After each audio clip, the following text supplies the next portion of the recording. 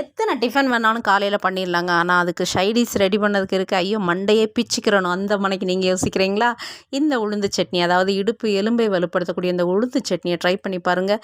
குட்டீஸ்களுக்கு வந்து மறக்காமல் செஞ்சு கொடுங்க. அதுவும் பெண் குழந்தைகள் இருக்க அம்மாமார் வந்து தவறாமல் வாரத்தில் ஒரு டைம் வந்து குட்டீஸ்களுக்கு வந்து செஞ்சு கொடுங்க. இதுக்கு வந்து ஒரு பவுல் நிறச்சி உடச்ச உளுந்து, கருப்பு உளுந்து வந்து முழு உளுந்தாக இருந்தாலும் பரவாயில்ல. பெரிய வெங்காயம் சின்ன வெங்காயம் தலா ஒவ்வொரு பவுல் எடுத்திருக்கேன்.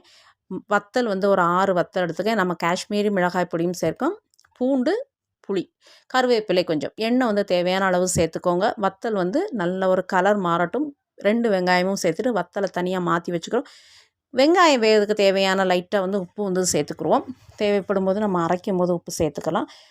வத்தல் போட்டுட்டு மாற்றி வச்சுருங்க. கருவேப்பிலை நல்லா ஒரு கைப்பிடி நிறைய தாராளமாக கருவேப்பிலை, புளி வந்து சேர்த்துக்கோங்க. இதுக்கு புளிப்பு, அதாவது புளிப்போடு சேர்ந்து சாப்பிடும்போது டேஸ்ட்டு சூப்பராக இருக்கும். இப்போ பூண்டுமே நல்லா ரொம்ப, அதாவது நிறம் மாற வேண்டாம், கண்ணாடி பதம் வந்தால் போதும். ஒரே ஒரு நுள்ளு பெருங்காயம் தனியாக எடுத்து மாற்றி வச்சுக்கோங்க.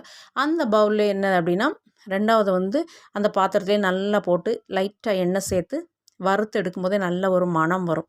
அப்போ நல்லா ஆற வச்சு தேவையான அளவு வெது வெதுன்னு தண்ணி ஊற்றி அரைச்சி எடுத்துக்கோங்க. தண்ணி வந்து நல்லா குடிச்சு வேகும். கொஞ்சம் காஷ்மீரி மிளகாய் பொடி சேர்த்துட்டு இந்த அளவுக்கு வந்து தேவையான அளவு உப்பு வந்து போட்டுக்கிடுவோம். போட்டுட்டு நல்ல ஒரு தாளிப்பு வந்து கொடுத்துரும். நம்ம எடுத்த அப்புறமே இது வந்து கொஞ்சம் கட்டித்தன்மை ஏற்படும். அப்போ லைட்டாக வந்து தண்ணி சேர்த்து மிக்ஸ் பண்ணிக்கோங்க. இட்லி, தோசை எல்லாத்துக்குமே சூப்பராக இருக்கும். வீடியோஸ் பிடிச்சிருந்தால் லைக் பண்ணுங்கள், கமெண்ட் பண்ணுங்கள், ஷேர் பண்ணுங்கள். தேங்க்யூ.